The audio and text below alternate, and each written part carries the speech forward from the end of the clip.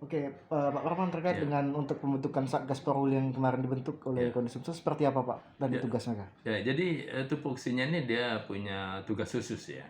Kita kan mengevaluasi bahwa hasil PON ke-20 ini menjadi tolok ukur kita ya sebagai starting point kita untuk menuju PON ke-21 2024. Plus minus daripada bagaimana kita melakukan proses pelada, persiapan PON, keberangkatan PON, kemudian kelengkapan peralatan pertandingan yang kemarin ini kan juga cukup heboh ya, sampai atlet-atlet itu melakukan aksi di perempatan atau simpang 5 DPRD.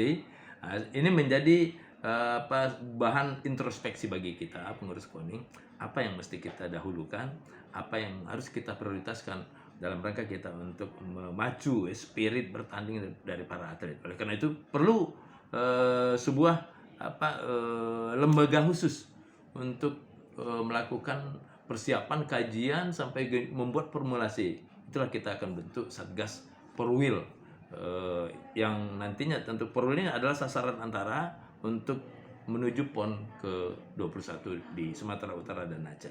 Selain Perwil, tentu di situ nanti juga yang tidak ikut Perwil kan ada Kejurnas. Ini juga menjadi ranah daripada Satgas ini untuk melakukan monitoring evaluasi. Seperti itu. Diisi berapa orang pengurus, Pak, nanti, Pak, Satgas, Pak? Kita akan melihat secara proporsional sesuai kebutuhan ya. Kita akan melihat tentu bidang-bidang apa saja yang punya kompetensi, ada korelasinya dengan pembinaan prestasi dan juga untuk memacu prestasi atlet kita. Kalau sesuai kebutuhan, kira-kira bidang apa, Pak, yang paling penting kita masuk ke dalam Satgas, Pak? Yang jelas pertama adalah rekrutmen atlet ya, talent scouting. Nanti rekrutmen atlet ini ada 3 saringan.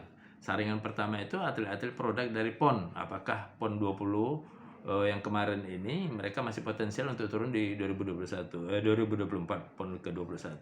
Kemudian atlet-atlet hasil Porprov ya yang 2021 kemarin kita selenggarakan di Okuraya.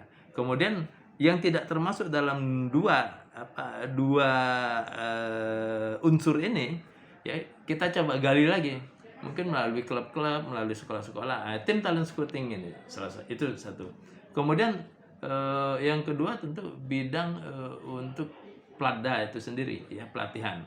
Bagaimana membuat format pelatihan, apakah perlu mendatangkan pelatih nasional atau pelatih internasional. Ini juga nanti akan ada rumusan-rumusan. Kemudian juga untuk mendukung peralatan sarana, peralatan mereka untuk latihan, peralatan untuk pertandingan.